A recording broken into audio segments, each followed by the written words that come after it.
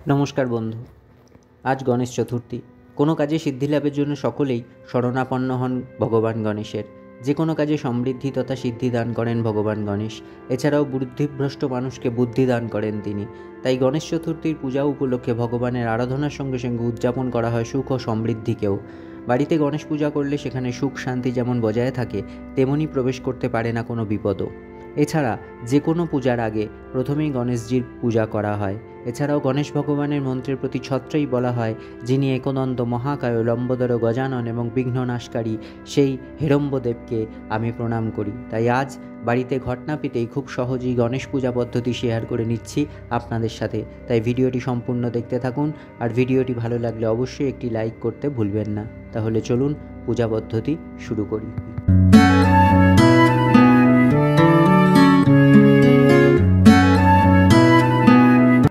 প্রথমেই জানিয়ে দিই এই বছরের গণেশ চতুর্থী পূজার সময়। চতুর্থী তিথি শুরু হচ্ছে 26শে আগস্ট মঙ্গলবার থেকে। মঙ্গলবার দুপুর 1:54 থেকে শুরু হবে গণেশ চতুর্থী তিথি, অর্থাৎ আজ থেকে। শেষ হবে 27শে আগস্ট দুপুর 3:44 পর্যন্ত। পঞ্জিকা অনুযায়ী গণেশ পূজার শুভ মুহূর্ত 27শে আগস্ট বুধবার সকাল 11:06 থেকে দুপুর 1:40 পর্যন্ত। আগামী 6ই সেপ্টেম্বর 2025 শনিবার গণেশ প্রতিমা নিরঞ্জনের দিন। প্রথমেই নিজের মাথায় ও পুজোর সব উপকরণে গঙ্গাজল ছিটিয়ে নেবেন। এরপর বাম হাতে সামান্য গঙ্গাজল নিয়ে ডান হাত দিয়ে মুখে ছিটে দেবেন, যাতে ঠোঁট ভেজে এমনভাবে নম বিষ্ণু মন্ত্রে 3 বার নম বিষ্ণু নম বিষ্ণু নম বিষ্ণু। এরপর জলে হাত ধুয়ে করজোরে বলুন, ওম অপবিত্র পবিত্র বা সর্বাবস্থাং গত পিবা যশ্বরেত পুণ্ডরিকাক্ষং সবাজ্যভ্যন্তর সূচি নম সূচি নম সূচি নম সূচি। এরপর গণেশ ভগবানের উদ্দেশ্যে ধূপ ও প্রদীপ জ্বালিয়ে নেবেন। এরপর হাত জোর করে গণেশ ঠাকুরকে প্রার্থনা ও আহ্বান জানাবেন আপনার যৎসামান্য পূজা গ্রহণ করে আপনার উপর করুণা প্রদান করার জন্য। মনে মনে কল্পনা করবেন যে ভগবান এসে আপনার পূজা গ্রহণ করছেন। একটি জলচৌকির উপর লাল বা হলুদ কাপড় পেতে তার উপর গণেশ ঠাকুরের মূর্তি বা চিত্রপট স্থাপন করবেন। তার আগে গণেশ ভগবানের স্নান পর্ব সেরে নেবেন। একটি স্নান পাত্র রেখে তার মধ্যে গণেশ ঠাকুরের মূর্তি বা চিত্রপট রেখে একটি কুশিতে অল্প গঙ্গাজল, কর্পূর, গোলাপ জল, অগরু ও ফুলের পাপড়ি মিশিয়ে নিয়ে সেই জল দিয়ে গণেশ ঠাকুরের পা ধুইয়ে দেবেন। এই জলকে বলা হয় পাদ্য। এই সময়ের মন্ত্র এতৎ পাদ্যং নম ওং গাং গণেশায় নমঃ। এরপর অর্ঘ্য নিবেদন করবেন। একটি কুশিতে অল্প গঙ্গাজল, কালো তিল, বেলপাতা, দূর্বা, আতপ চাল, সাদা সর্ষে, জব ও লাল ফুল নিয়ে অর্ঘ্য বানিয়ে তা গণেশজির মূর্তি বা চিত্রপটে নিবেদন করবেন। মন্ত্র ইদং অর্ঘ্যং নম ওং গাং গণেশায় নমঃ। এরপর অভিষেক বিধি সম্পূর্ণ করবেন। একটি পাত্রে পঞ্চামৃত অর্থাৎ দুধ, দই, ঘি, মধু ও শর্করা বা মিছরি বা চিনি প্রস্তুত করে সেই পঞ্চামৃত দিয়ে অভিষেক করবেন। মন্ত্র ইদং স্নানিয়ং নম ওং গাং গণেশায় নমঃ। এরপর সুগন্ধি জলে স্নান পর্ব সেরে নেবেন। একটি পাত্রে গঙ্গাজল, অগরু, কর্পূর, হলুদ গুঁড়ো, গোলাপ জল, দূর্বা ও লাল চন্দন মিশিয়ে তাই দিয়ে স্নান করাবেন। মন্ত্র ইদং স্নানিয়ং নম ওং গাং গণেশায় নমঃ। এরপর একটি পরিষ্কার কাপড় নিয়ে তাতে গঙ্গাজল, কর্পূর, গোলাপ জল, অগরুয়ের মিশ্রণ দিয়ে ভালো করে মূর্তি বা চিত্রপটটি পরিষ্কার করে মুছে নেবেন। এরপর মূর্তি বা চিত্রপটটি জলচৌকি বা সিংহাসনে কিছু ফুলের পাপড়ি ও দূর্বা ছড়িয়ে তার উপর স্থাপন করবেন। পান পাতাও রাখতে পারেন। গণেশ ভগবানের স্নানের এই জল বাড়ির সকলের মাথায় ছিটিয়ে দিয়ে বাকি জল তুলসী গাছ বাদে যে কোনো গাছের গোড়ায় দিয়ে দেবেন। এবার দুটি পান পাতা রাখবেন গণেশ ভগবানের মূর্তি বা চিত্রপটের ডান ও বাম দিকে। সেই পান পাতা দুটির উপর দুটি সুপারিতে মৌলি জড়িয়ে ঋদ্ধি ও সিদ্ধি বানিয়ে নেবেন। পান পাতা দুটিতে লাল ফুল ও দূর্বা দেবেন। এবার অল্প গঙ্গাজল ছিটিয়ে ওই পান পাতায় রাখা ঋদ্ধি ও সিদ্ধির স্নানাভিষেক করে নেবেন। গণেশ ঠাকুরকে একটি হলুদ বা সাদা পৈতে নিবেদন করে দেবেন। এরপর বস্ত্রস্বরূপ একটি মৌলি সুতো গণেশ ভগবানকে অর্পণ করে দেবেন।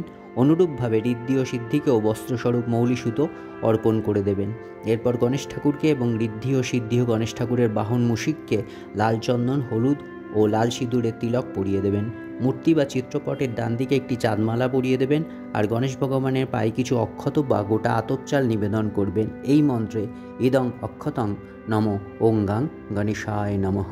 একটি লাল ফুলের মালা নিবেদন করবেন ও গণেশ ঠাকুরের পায়ে কিছু দূর্বা ঘাস অর্পণ করবেন এই মন্ত্রে ইদং দুর্বাদলং নমঃ ওং গাং গণেশায় নমঃ। এরপর করজোড়ে গণেশ বন্দনা পাঠ করবেন। গণেশজি ভগবানের বন্দনা।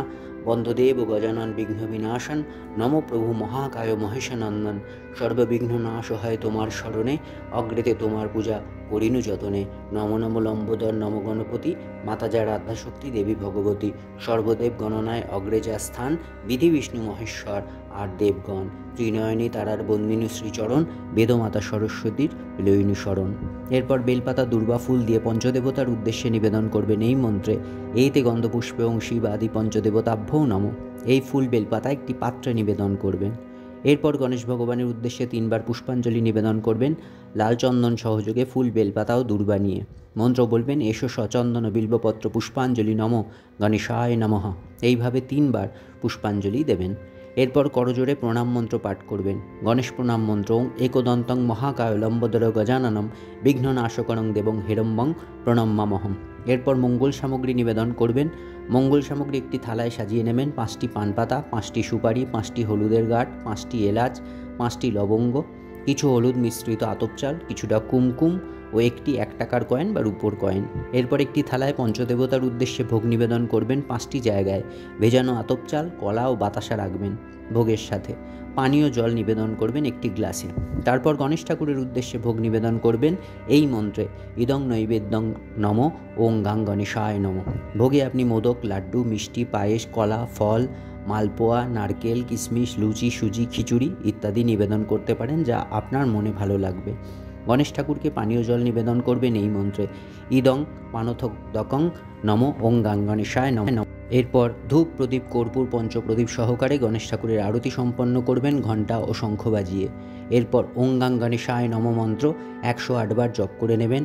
গণেশ চালিসা পাঠ করতে পারেন। গণেশ চালিসা ভিডিও আমাদের চ্যানেলে শেয়ার করা আছে, চাইলে দেখে নিতে পারেন। এরপর হাত জোড় করে গণেশ ভগবানের উদ্দেশ্যে ক্ষমা প্রার্থনা করে নেবেন, যদি পুজোয় অজান্তে কোনো ভুল ত্রুটি হয়ে থাকে তার জন্য। বন্ধু, এই ছিল আজকের খুব সহজ পদ্ধতিতে ঘটনা স্থাপন করে গণেশ ভগবানের পূজা পদ্ধতি। যদি ভিডিওটি ভালো লেগে থাকে তাহলে লাইক, কমেন্ট, শেয়ার অবশ্যই করবেন। আজ এই পর্যন্তই, আবার দেখা হবে আগামী পর্বে। ধন্যবাদ।